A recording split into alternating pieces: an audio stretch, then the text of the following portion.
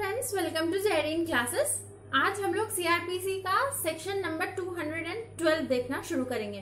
पिछले वीडियो में हमने चार्ट्स जो चैप्टर 17 में है वो स्टार्ट किया था और मैंने आप लोगों को सेक्शन 211 एक्सप्लेन किया था। आज हम लोग सेक्शन 212 देखेंगे कि चार्ज में सेक्शन 212 में कह क्या रहा है। ये भी पार्ट ए में आता है। तो सेक्शन 212 बात करता है particulars as to time, place and person. Charge से रिलेटेड बातें हो रही हैं, तो चार्ज में ये सभी चीजें लिखना बेहद जरूरी है। क्या क्या? टाइम, प्लेस और पर्सन के बारे में। तो इसमें दो सबसेक्शंस है। फर्स्ट सबसेक्शन कह रहा है charge shall contain such particulars as to the time and place of the alleged offence. जहां पे वो ऑफेंस कमिट हुआ है उस जगह का मेंशन होना जरूरी है बेहद। ठीक है, तो place of the alleged offence, जो ऑफेंस एलिज किया जा रहा है वो प्लेस का नाम, एंड द पर्सन, अगर कोई पर्सन है, इफ एनी, अगेंस्ट हुम, किसी पर्सन के अगेंस्ट में अगर हुआ है तो वो पर्सन, और द थिंग, किसी अगर कोई चीज है, इफ एनी, देखिए थिंग के बाद भी इफ एनी लिखा हुआ है, आप लोग बुक में साथ में देखते चलिए, और पर्सन के बाद भी इफ एनी लिखा है।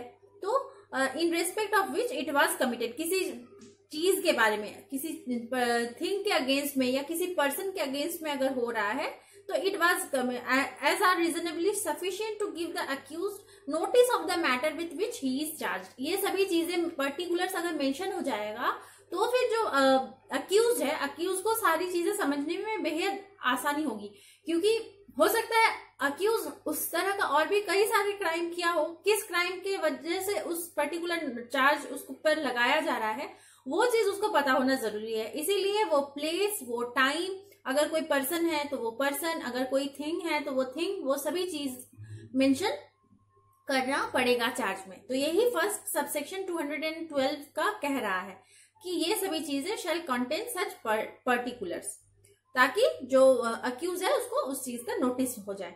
क्लियर? अब आते हैं सबसेक्शन 2 पे। सबसेक्शन 2 थोड़ा सा ध्यान से सुनिए। When accused charged with criminal breach of trust or dishonest misappropriation of money or other movable property, अगर तोड़ के मैं आप लोगों को समझाती हूँ, अगर अक्यूज को चार्ज किया जा रहा है किसी क्रिमिनल ब्रीच ऑफ ट्रस्ट के वजह से या फिर किसी डिसऑनेस्ट मिसअप्रोप्रिएशन ऑफ मनी या किसी अदर मूवेबल प्रॉपर्टी को लेकर, देन उस केस में क्या होगा? It shall be sufficient to specify the gross sum. Exact amount नहीं, लेकिन एक ओवरऑल टेंटेटिव ग्रॉस सम उसमें मेंशन करना ही सफिशिएंट होगा। It shall be sufficient to specify the gross sum और एज द केस में be describe the movable property in respect of which the offence is alleged to have been committed. या फिर अगर movable property के ऊपर हो रहा है तो मूवेबल प्रॉपर्टी किस तरह का था। सपोज कुछ कोई मूवेबल प्रॉपर्टी सोच लीजिए, सपोज चेयर, टेबल, कुछ भी है, या फिर किसी का कोई मशीन है तो वो मशीन कहाँ इंस्टॉल था, किस कलर का था, क्या डायमेंशन था, मेजरमेंट क्या था, वो सभी चीजें। या फिर अगर चेयर है या फिर कुछ भी समझ लीजिए, किताब है तो वो उसका कलर क्या था, कहाँ पे था, वो सभी चीजें पर्टिकुलर्स मेंशन करना होगा मूवेबल प्रॉपर्टी को लेकर। और अदरवाइज अगर डिसऑनेस्ट मिसअप्रोप्रिएशन ऑफ मनी हो रहा है या फिर क्रिमिनल ब्रीच ऑफ ट्रस्ट हो रहा है तो वहां पे एक ग्रॉस सम का मेंशन कर देना सफिशिएंट रहेगा।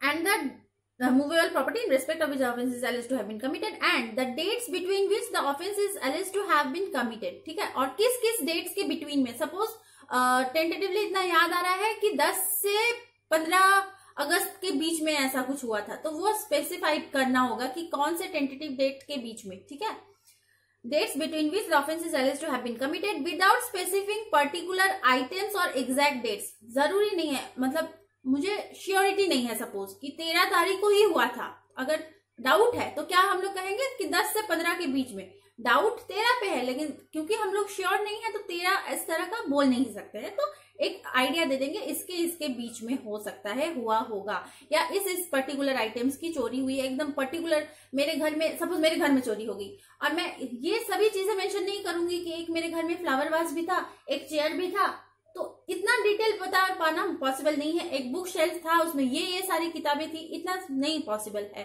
तो इसीलिए सारे पर्टिकुलर्स का नहीं, एक ओवरऑल ग्रॉस आइडिया बता देना होगा। ठीक है। And the charge so framed shall be deemed to be a charge of one offence within the meaning of section 219। और जो चार्ज उसमें अक्यूज पर लगाया जाएगा, जो चार्ज, तो उसमें एक ही स्पेसिफिक हेडिंग के अंदर उसको लगाया जाएगा। अगर चोरी है तो मूवेबल प्रॉपर्टी की चोरी है सपोज घर में, तो हर बार अलग नहीं करेंगे। मूवेबल प्रॉपर्टी मेरे घर में वार्डरोब है, मूवेबल प्रॉपर्टी की चोरी मेरे घर में बुक शेल्फ है, मेरे घर में फ्लावर वास है, हर एक छोटा नहीं, ओवरऑल सबका मिला के एक ही हेडिंग थेफ्ट कर देंगे, जो कि हमारा सेक्शन 219 भी इसी एरिया को कवर करते हुए एक्सप्लेन करता है, जहां पे बात हो रही है सेक्शन 219 में कि 3 offences of same kind with in year में बी चार्ज टुगेदर। ठीक है, एक ही साथ चार्ज कर दिया जाएगा। लेकिन इसका एक प्रोविजन है 212 में, ये तो अप्लाई हो रहा है 219, लेकिन इसका ये है कि provided that the time included between the first and last such date shall not exceed 1 year. First और लास्ट डेट जो है वो एक्सीड नहीं करना चाहिए। ऐसा नहीं होना चाहिए कि 1 जनवरी को 2018 से लेकर 2 मार्च 2019 तो एक्सीड कर गया ना, तो ये नहीं होना चाहिए। विद इन 1 ईयर, यानी 1 जनवरी से लेकर अगर हो रहा है तो एट मैक्स 31 दिसंबर तक का स्पैन होना चाहिए। तो यहाँ पे 1 ईयर क्रॉस नहीं हो रहा है, तो ये चीज ध्यान में रख के ही 219 अप्लाई होगा। अगर एक्सीड कर जाता है फिर वो नहीं होगा, एक साथ चार्ज फ्रेम नहीं होगा सभी ऑफेंस के लिए, अलग अलग फिर करेंगे उस समय। ठीक है, तो यही है ओवरऑल सेक्शन नंबर 212, जहां पे particulars as to time, place and person के बारे में डिटेल्स दी हुई है कि किस तरह से चार्ज फ्रेम करना होगा। अब आते हैं सेक्शन 213 में। आई होप 212 समझ में आ गया होगा, डाउट है तो कमेंट सेक्शन में पूछा कीजिए। अब आते हैं सेक्शन 213। 213 बात करता है when manner of committing offence must be stated. अब सपोज 211 और 12 पढ़ लेने के बाद आप लोगों को लग रहा है सभी डिटेल्स तो दे रहे हैं, इसके बाद भी क्यों मैनर स्पेसिफाई करना है। लेकिन इसके बावजूद सपोज जैसे मैंने अभी आप लोगों को बताया, अगर अक्यूज बहुत तरह का ऑफेंस करता है, ठीक है, तो वो कंफ्यूज हो सकता है, उसको समझ में नहीं आ सकता है, तो वो और क्लैरिटी पाने के लिए उसके पास ये प्रोविजन है कि जहां पे जो ऑफेंस है उसको और क्लैरिफाई उसको किया जाए। मैनर ऑफ कमिटिंग ऑफेंस भी जो है वहां पे बताना होगा किस मैनर से किया है वो ऑफेंस को। लेकिन अब इसमें भी कुछ चीजें हैं, जैसे 213 में पहले मैं आप लोगों को बता देती हूँ, उसके बाद आप लोग देखिएगा सेक्शन 213 में 5-6 इलस्ट्रेशंस है, वो आप लोग स्टडी कीजिएगा तो और क्लियर हो जाएगा, समझ में आएगा अच्छे से।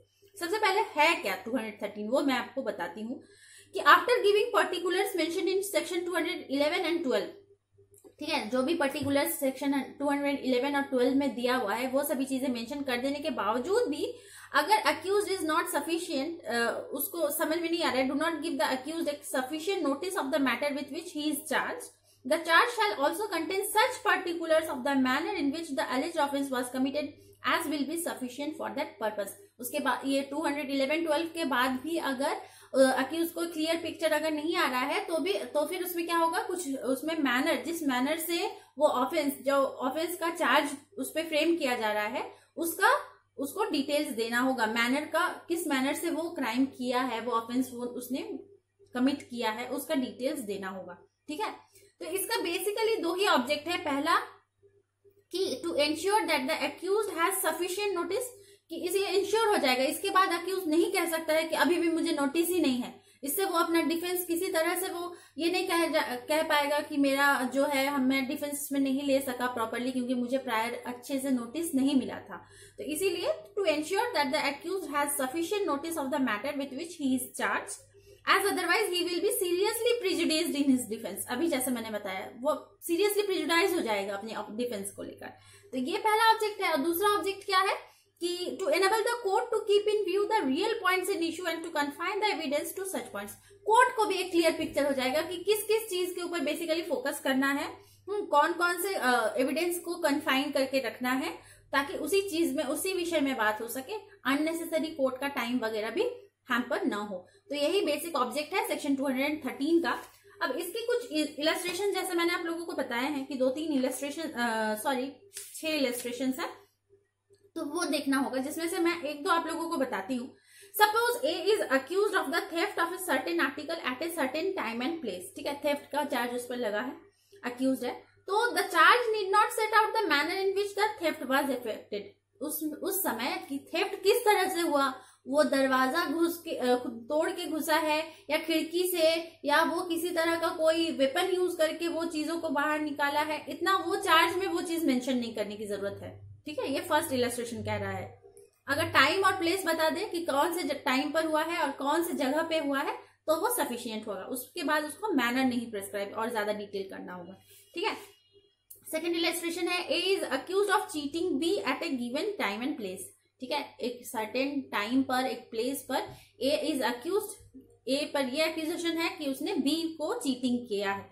लेकिन चीटिंग किस तरह से किया है? अब चीटिंग बहुत वाइड टर्म हो जाता है ना। तो चीटिंग पहले क्या है वो देखने के लिए, तो जानने के लिए आप लोग आईपीसी की प्लेलिस्ट चेक कीजिएगा, वहां पे मैंने चीटिंग के ऊपर वीडियो ऑलरेडी अपलोड कर रखा है। तो इसीलिए अगर चीटिंग की बात है तो वहां पे the charge must set out the manner in which A cheated B, किस तरह से चीट किया है। बहुत तरीका हो सकता है चीट करने का, तो इसीलिए यहाँ पे फ्रेम करना जरूरी है, मैनर प्रिस्क्राइब करना। ठीक है, और उसके बाद एक और है, देखिए ए इज अक्यूज्ड, इसके बाद एफ नंबर इलस्ट्रेशन देखिएगा। A is accused of disobeying a direction of the law with intent to save B from punishment. ठीक है, ए अक्यूज्ड है कि उसने लॉ को नहीं माना ताकि, और इस तरह से परफॉर्म किया कि वो बी के पनिशमेंट को जो है वो टाल सके, डिसओबे कर सके, बचा सके, सॉरी बी को पनिशमेंट से बचा सके। इस वजह से ए ने डिसओबे किया लॉ को। ठीक है, अब यहाँ पे क्या होगा, the charge must set out the disobedience charge and the law infringe.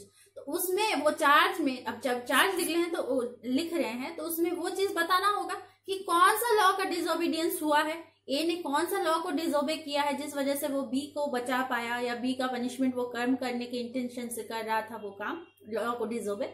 तो वो कौन सा लॉ हैम्पर हुआ है, तो वो चीज मेंशन होना, वो उसमें रहना पर्टिकुलर जरूरी है। तो इस तरह की कुछ चीजें हैं, कुछ इलस्ट्रेशंस हैं, आप लोग रीड आउट कीजिएगा। आई होप समझ में आ जाएगा, ये इतना भी टफ कुछ है नहीं। मेन थिंग जो है, मेन जो क्रक्स है वो मैंने आप लोगों को बताया है। इसके बावजूद अगर कोई प्रॉब्लम होता है मुझसे कमेंट सेक्शन में पूछ सकते हैं। ठीक है, और इससे जुड़े हुए जितने एमसीक्यूज है आप लोग सॉल्व कर लीजिए, देखिए सॉल्व हो पा रहा है कि नहीं वीडियो देखने के बाद। और अगर हो पा रहा है, अगर लग रहा है वीडियो आप लोगों के लिए सफिशिएंट है, अच्छा है, फ्रूटफुल हो रहा है, तो प्लीज एक लाइक करने में कोई बहुत बड़ा टाइम नहीं लग जाएगा। तो आज के लिए इतना ही। Thank you so much.